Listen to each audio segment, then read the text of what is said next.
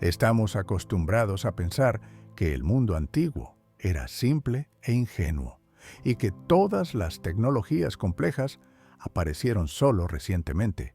Pero basta observar con atención algunos objetos reales del pasado para que esa certeza empiece a desmoronarse. He visto metal con 1500 años de antigüedad que no se oxida, hormigón que lleva 2000 años en pie sin refuerzo, huellas de procesamiento del granito que se parecen más a un trabajo mecánico, piedras que pesan cientos de toneladas colocadas como si se hubieran movido sin dudar, y muros que sobrevivieron a terremotos porque fueron calculados, no simplemente apilados.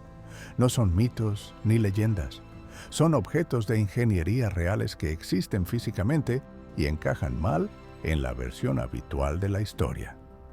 Si te interesa analizar estos extraños fallos del pasado, suscríbete al canal.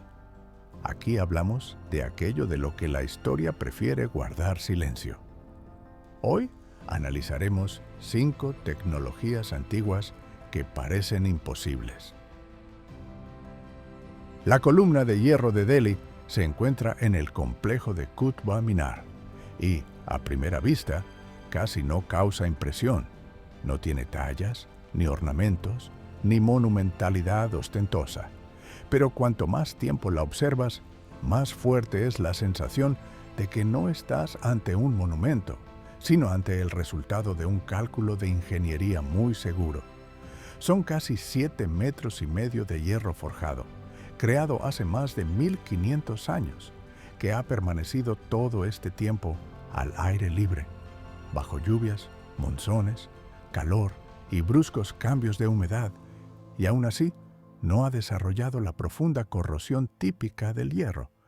No es que no se oxide en absoluto, como suele decirse, sino que se comporta de forma anormalmente estable. En lugar de destruirse, en la superficie se formó una fina capa protectora que parece conservar el metal. La ciencia moderna explica esto por el alto contenido de fósforo y las particularidades de la forja. Pero aquí surge una pregunta más incómoda. Para lograr ese efecto, no bastaba con mezclar el mineral al azar. Era necesario comprender cómo se comportaría el metal décadas y siglos después. Esto ya no es simple artesanía, sino control tecnológico, donde importan la temperatura, la composición, la repetibilidad y la experiencia. Lo que descoloca especialmente de la columna es que no parece experimental. No se agrietó, no se deformó, no fue un intento exitoso. Parece un producto en serie de su época, simplemente uno de los pocos que sobrevivieron. Y en ese momento surge la sensación más inquietante. Si en la Alta Edad Media alguien sabía crear hierro con tal durabilidad y programar su resistencia para siglos, entonces quizá parte de nuestro conocimiento sobre materiales no se desarrolló, sino que se perdió, sin que siquiera lo notáramos. La columna de hierro nos obliga a dudar de la supuesta simplicidad de la metalurgia antigua, pero es solo un objeto, un punto en el tiempo. Resulta mucho más inquietante cuando se comprende que no se trataba de una habilidad aislada, sino de un enfoque general hacia los materiales. Y si el hierro podía durar siglos, ¿qué ocurría entonces con el material de construcción más común de la antigüedad? ¿El hormigón? El hormigón romano no rompe la imagen habitual de inmediato, sino de forma gradual, cuando se entiende que se comporta exactamente al contrario de lo que estamos acostumbrados a esperar de este material. El hormigón moderno envejece, se agrieta, teme al agua y a la sal, requiere reparaciones y refuerzo, mientras que el hormigón romano, especialmente en estructuras marítimas, se vuelve más resistente con el tiempo. El símbolo más evidente de esta tecnología es la cúpula del Panteón, la mayor cúpula de hormigón no armado del mundo, con casi 2000 años de antigüedad, que aún se mantiene en pie sin una estructura metálica oculta, sin refuerzos y sin seguros modernos. Como descubrieron los científicos, el secreto está en la ceniza volcánica que los romanos añadían a la mezcla. Al entrar en contacto con el agua, con el tiempo se forman cristales dentro del hormigón que literalmente cicatrizan las microgrietas. Suena como una explicación científica elegante, pero la realidad es más compleja. Entendemos la química del proceso. Podemos reproducir muestras individuales en laboratorio, pero replicar el mismo efecto a gran escala, con la misma durabilidad y estabilidad, sigue siendo difícil incluso hoy. Y aquí vuelve a aparecer la sensación no de una casualidad antigua, sino de un enfoque consciente del material. Los romanos construían como si supieran que sus edificios durarían siglos en el mar, bajo carga, sin mantenimiento constante. No es arquitectura temporal ni una demostración de poder. Es una tecnología diseñada para el tiempo. Y precisamente por eso, el hormigón romano hoy no parece pasado, sino una rama perdida de la evolución de la ingeniería. El hormigón romano demuestra que los antiguos sabían trabajar no solo con la forma, sino también con la estructura interna del material, incorporando propiedades con siglos de antelación, pero el hormigón es una mezcla plástica y tolerante. El granito es otra cosa, una piedra que no perdona errores ni se presta a soluciones aleatorias.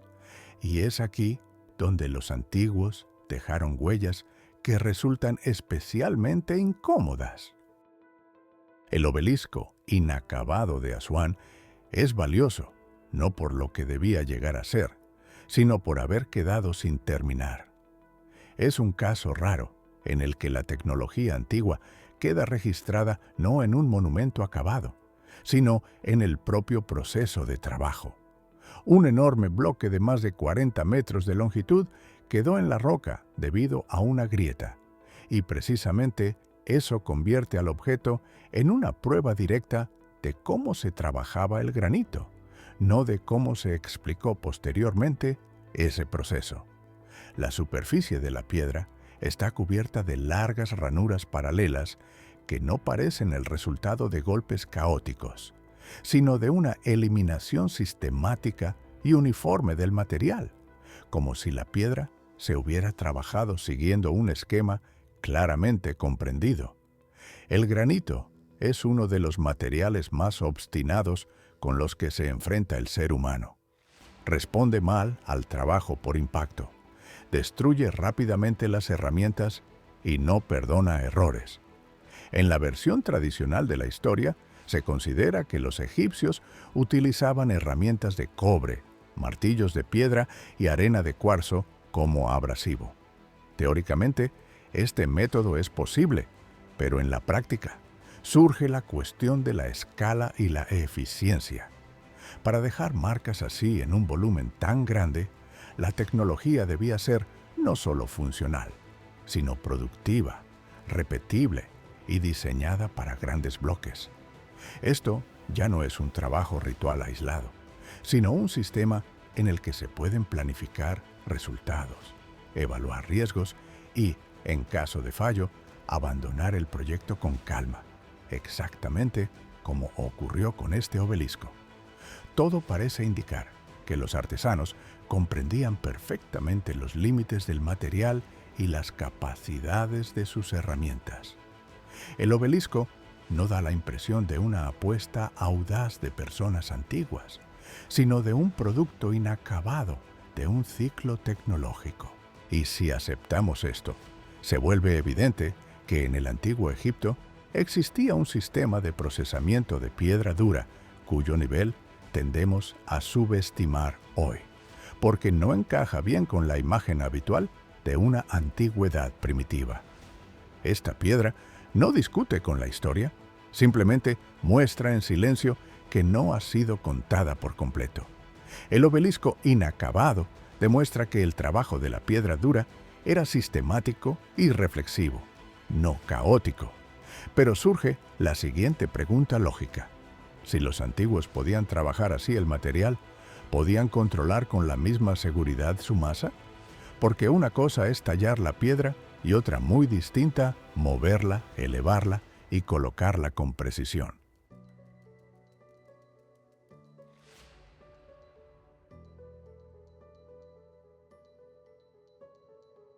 Los megalitos de Baalbek son el caso en el que la conversación sobre tecnologías antiguas deja de ser abstracta y se enfrenta a cifras y física puras. En la base del complejo de templos de Baalbek se encuentran bloques de piedra que pesan entre 700 y más de 1000 toneladas cada uno. Cerca, en la cantera, hay un bloque aún más masivo, tan pesado que ni siquiera se intentó moverlo. El problema no es que las piedras sean grandes, sino que fueron movidas, elevadas y colocadas con una precisión que no admite errores burdos. No es una acumulación de rocas, sino un cimiento calculado para soportar carga y estabilidad. Incluso en la ingeniería moderna, mover masas así es una operación extremadamente compleja que requiere grúas potentes, plataformas especiales, cálculos del centro de gravedad y una logística perfecta. Un error de unos pocos grados o centímetros convierte la operación en un accidente. En Baalbek, sin embargo, no hay rastros de intentos caóticos, derrumbes o correcciones. Los bloques están colocados como si su instalación no hubiera sido un experimento arriesgado, sino un procedimiento previamente dominado. Y esto plantea la pregunta principal: ¿con qué medios los constructores antiguos controlaban el movimiento y el asentamiento de tales masas si oficialmente no disponían ni de acero, ni de hidráulica, ni de sistemas mecánicos complejos? A menudo se escucha la explicación de rampas, rodillos y miles de trabajadores, pero cuanto más se profundiza, más débil resulta. La masa de los bloques es tal que la presión sobre soportes, cuerdas o estructuras de madera debería haber provocado su destrucción. Además, no se trata solo de movimiento horizontal, sino de una colocación precisa en altura, manteniendo la geometría de toda la estructura. Y es precisamente esto lo que invita a reflexionar. Quizá, para quienes los colocaron, tales masas no eran algo excepcional. Tal vez dominaban métodos de trabajo con el peso y la inercia que no se conservaron ni en textos ni en planos. Baalbek no prueba la existencia de máquinas desconocidas, pero muestra claramente otra cosa. El nivel de control sobre el material y la masa era significativamente mayor de lo que solemos admitir, y ese nivel todavía no tiene una explicación convincente. Baalbek demuestra un control del peso y la inercia a una escala difícil de explicar incluso hoy. Pero allí se trata de bloques raros, casi únicos. ¿Y si ese pensamiento ingenieril no fuera una excepción, sino la norma, simplemente expresada no en masas gigantescas, sino en una geometría precisa, repetida una y otra vez?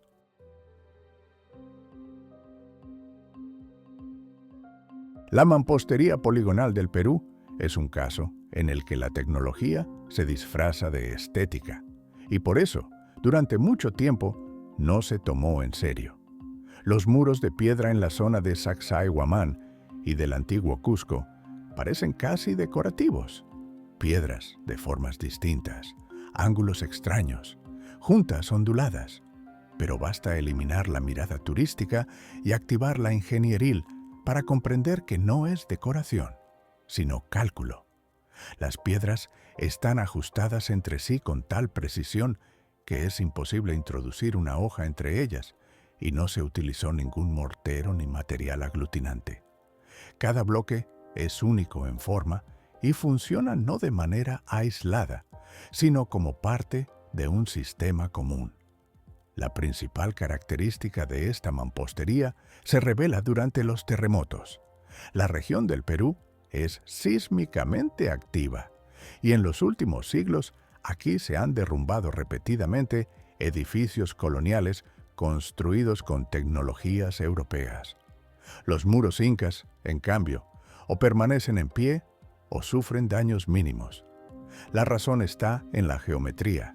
Las piedras tienen formas complejas con muchas caras, lo que les permite desplazarse ligeramente durante las vibraciones, redistribuyendo la carga y luego volver a su lugar. No es una estructura rígida, sino un sistema controladamente móvil que funciona gracias a la forma y la masa, no al pegamento ni al metal. Para crear esta mampostería, cada piedra debía ajustarse individualmente a las vecinas, retirando material una y otra vez, comprobando el encaje y logrando un contacto perfecto. Esto requiere no solo un tiempo enorme, sino también una comprensión clara de por qué se hace. Si el objetivo es simplemente construir un muro, este enfoque no tiene sentido. Pero si el objetivo es crear una estructura diseñada para soportar décadas de terremotos, entonces todo encaja. Ya no es arquitectura en un sentido decorativo, sino ingeniería aplicada, escondida en la piedra. Al observar estos muros, queda claro. Las tecnologías antiguas no siempre eran ruidosas ni ostentosas. A veces se escondían en la forma de la piedra, en el ángulo de contacto, en la comprensión de cómo se comporta una estructura cientos de años después. Y precisamente por eso, parecen imposibles. No porque violen las leyes de la física, sino porque violan nuestras ideas sobre el pasado. Cuando se observan juntas estas tecnologías, se vuelve evidente. El mundo antiguo no era primitivo, simplemente era diferente. No buscaba impresionar, buscaba funcionar durante mucho tiempo. Metal, hormigón, piedra, masa y geometría. Nada de esto viola las leyes de la física, pero todo ello viola nuestras ideas sobre el pasado. Y quizá los conocimientos más importantes, la humanidad no los redescubrió, sino que los tuvo una vez y luego los perdió. Si esta forma de ver la historia te resulta cercana y quieres profundizar en sus preguntas incómodas, suscríbete al canal. Hay muchos más temas por delante tras los cuales la imagen habitual del mundo ya no será la misma.